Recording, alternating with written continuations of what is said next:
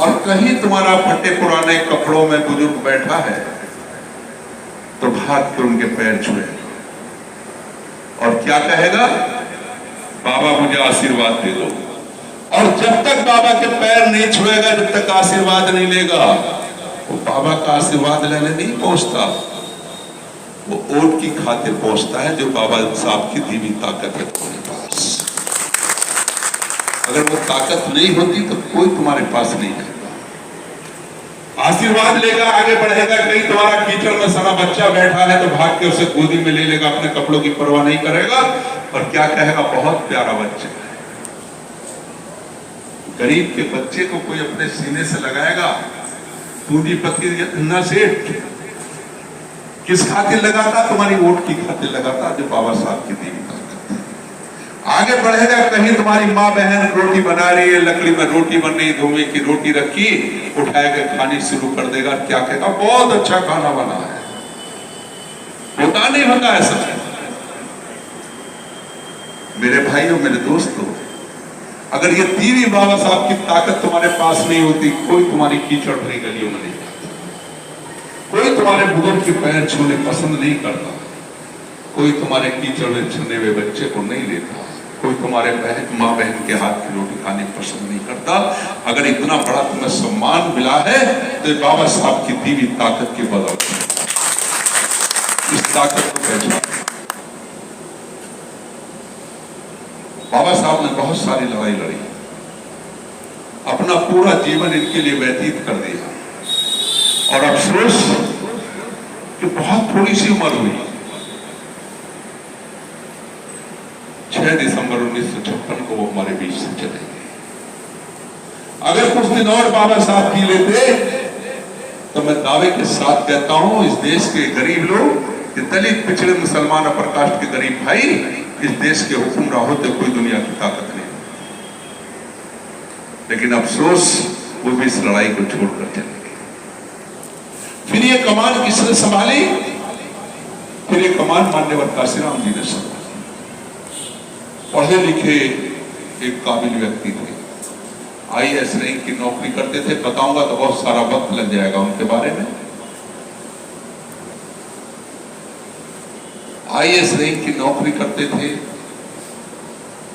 गरीबों से मोहब्बत करते थे, हालात को देखा, महापुरुषों के इस मिशन को पढ़ा और पढ़ने के बाद एक दो वाक़ा ऐसा हुआ उनके साथ जो उन्होंने पीड़ा महसूस की। तो फिर उन्होंने ये फैसला कर लिया कि अब इस लड़ाई को लड़ने वाला कोई नहीं है इन गरीबों की। इन 90% लोगों की लड़ाई लड़ने वाला कोई नहीं है जो सपना बाबा साहब का, जो सपना महात्मा ज्योतिबा फूले, छत्रपति साहू जी महाराज, गुरु नारायण जी और बाबा साहब डॉक्टर भीमराव अम्बेडकर जी अधूरा छोड़कर गए थे। इन 90% लोगों की लड़ाई मैं लड़ूंगा और उस सपने को मैं पूरा करूंगा। और उन्होंने ये फैसला कर लिया कि आज के बाद मैं अपने घर नहीं जाऊंगा, मैं अपना कोई परिवार नहीं बसाऊंगा, मेरे पास अपनी कोई पूंजी नहीं होगी। मेरा परिवार भी, मेरा घर भी, मेरी पूंजी भी ये कमजोर, मजलूम, बेसहारा लोग, ये दलित। और उन्होंने इस लड़ाई को लड़ना शुरू कर दिया। वामसेफ का गठन किया, डीएसपी का गठन किया, बात आगे नहीं बढ़ी। उन्होंने महसूस किया कि 90% लोगों की बदौलत देश में हुकूमत बनती है और ये राजनीतिक चाबी उनके हाथ में चली जाती है। किसकी बदौलत? जिनकी हम लड़ाई लड़ रहे हैं उनकी बदौलत। तो इसलिए हमें एक राजनीतिक मंच बनाना चाहिए। उस राजनीतिक मंच से इन गरीब, मजलूम, बेसहारा लोगों को, दलितों को, पिछड़ों को, मुसलमानों को, प्रकाश के गरीब भाइयों को जोड़ना चाहिए। और जब जोड़ लेंगे हम इन्हें एक साथ तो एक ताकत हमारे पास होगी, राजनीतिक चाबी हमारे पास होगी। फिर इन गरीबों की हर ढोलच का ताला हम अपने हाथ से खोलेंगे।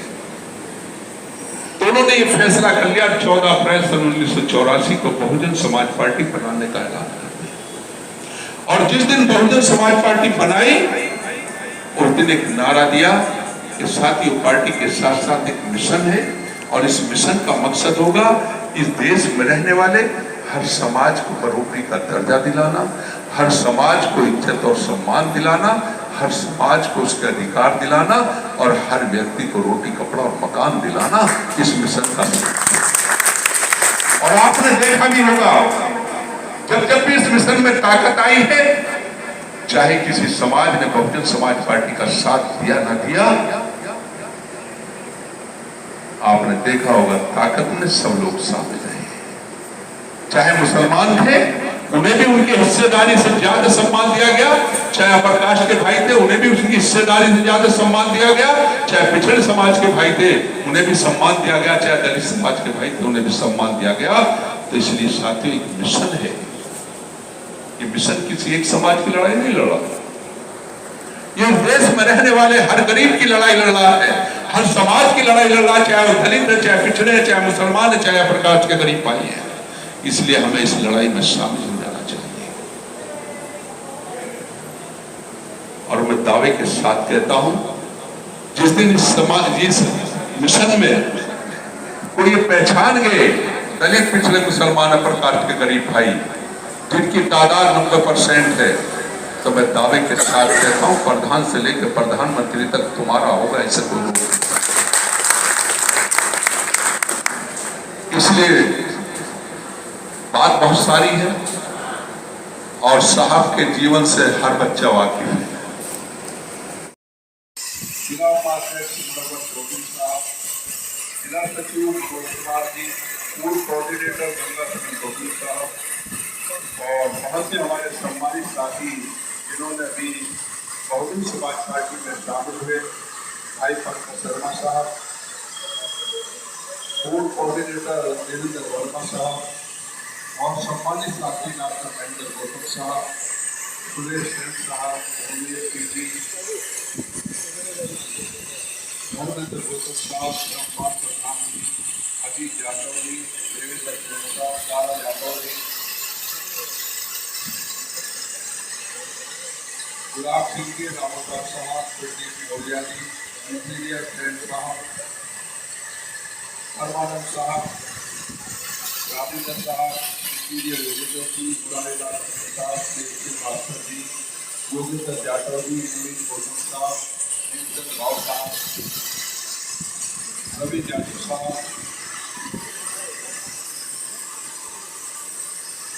और सम्मानित विधानसभा कमेटी हमारी विधानसभा के सारे गुलाब गौतम साहब, सुरेश सैन साहब, डॉक्टर महेंद्र गौतम साहब, डॉक्टर गोपाल जी, मोहम्मद गौतम साहब, देवेंद्र वर्मा जी, महमूद यादव जी, शंकरलाल जी, शमशुद्दीन साहब, सलीम मिर्जा जी, आमिर यादव साहब, रामपाल यादव जी, राम स्वरूप जी, मदन सेन साहब, रामवीर सेन साहब, गुलजर जी, तुलसीलाल जी, रामचंद्र जी और नवीन कुमार साहब और भी बहुत सारे सम्मानित साथी यहाँ बैठे हैं। सभी हमारे सम्मानित साथी, सबसे पहले मैं इन सब